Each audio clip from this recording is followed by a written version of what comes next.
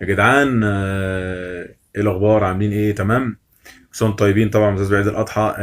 هكلمكم في كام موضوع كده، يعني ايه، جامدين قوي. خريطة العالم الكروية يا جدعان بتتغير. السنغال مسكت البرازيل، يعني فرتكت البرازيل. السنغال عملت ماتش على البرازيل غير طبيعي، فازت عليهم 4-2. وماني بيسجل والدنيا. بص، انا مش افريقيا بتغزو العالم. بص بقى انت على الجانب البائس بقى من افريقيا، منتخب بتاعنا واتحاد الكوره بتاعنا. بص بيعملوا ايه. بص على مستوى منتخب مصر قصاد غينيا الماتش اللي فات ده، وبص على اللعيبه بتاعت السنغال بتعمل ايه في البرازيل. بص على المغرب عملت ايه في البرازيل من كام شهر. في شيء يعني بيحصل في افريقيا، ومنتخب مصر لو ما استوعبش الكلام دوت وفضل ماشي بنفس الطريقه بتاعته ديت، لا هتبعد الناس دي، هتبعد بعيد عنك قوي قوي، لان انت ما فيش مستوى. انت بتبص على الناس دي. انت السنغال بتاع اللي فاز 4-2 ده على البرازيل، يفوز عليك انت 10، يفوز عليك 10 مستريح. انت فاهم الفكره ازاي؟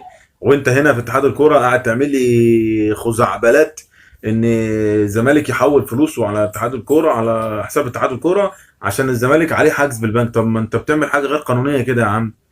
انت مالك عليه حجز ولا مش عليه حجز؟ انت مالك؟ طب ما حق الناس بقى اللي ليها فلوس وخدت احكام بحجز على حساب الزمالك غير ما تجيله فلوس. الناس دي تاخد فلوسها ازاي بقى؟ الناس دي تروح ترفع على اتحاد الكره قضيه. انت مالك انت؟ انت ما هو حاجه حكوميه. انت ازاي تتحول لك فلوس بتاعت نادي؟ على اساس ايه بقى؟ فين مسؤوليه الكلام دوت؟ وتصرف بقى انت منها على النادي. يبقى ده بقى خلاص بقى انت كده ان الزمالك يمسك اتحاد الكوره بقى. انت فاهم الفكره ازاي؟ على الجانب الاخر بص السنغال بتعمل ايه، بص المغرب بتعمل ايه. الناس فرقت بسنين ضوئيه. طبعا في بقى حاجه، موضوع تاني بقى جميل عاجبني انا، كريستيانو رونالدو بيحطم موسوعه جينز. يعني الراجل ده داخل موسوعه جينز الارقام القياسيه بثلاث اربع ارقام. انت فاهم الراجل بيوصل للمباراه رقم 200 دوليه مع المنتخب بتاعه. اصبح عميد لاعبي العالم. في قائمه مثلا لو انت رتبتهم من خمسه مثلا هتلاقي فيهم احمد حسن اللاعب بتاعنا المصري. فكريستيانو يا جدعان لسه شغال. هو اللي جاب جون الفوز بتاع فريقه في الدقيقه 90 الماتش الاخير دوت. فاهم انت ازاي؟ الولد ده مبدع صراحه. هي الحاجه الوحيده اللي انا ما عجبتنيش اللي عملها ان هو راح النصر السعودي. كريستيانو كان لسه في اوروبا، لسه هيكسر الدنيا في اوروبا لسه عادي. مش شرط مانشستر يونايتد ولا ريال مدريد ولا يوفي، في كتير. فاهم انت؟ كريستيانو قيمه. طبعا. مبروك كريستيانو، انت راجل صراحه مثال توب في اللاعب المحترف في كره القدم. على الجانب الاخر بقى بيطلع لنا عم ميدو قاعد على القناه دي، برنامج ريمونتادا ده بتاعه، برنامج المونتال ده. قاعد يتكلم، يعني انا مش قادر اعرف استوعب. بيتكلم ان هو طريقه كلامه تفهم منها ان هو راجل صاحب قرار جوه نادي الزمالك. احنا هنعمل، واحنا هنسوي، واحنا قلنا، واحنا عملنا، واحنا سددنا، واحنا طب انت مالك اصلا يا ابني؟ هو انت عضو مجلس اداره يا ابني ولا انت مش فاهمها؟ يعني اتحاد كوره بحسابه بحساب نادي الزمالك، ومذيع المفروض ان هو قاعد على القناه بتاعت الناس كلها بيتكلم ان هو بياخد قرارات جوه نادي الزمالك. انا مش فاهم ازاي.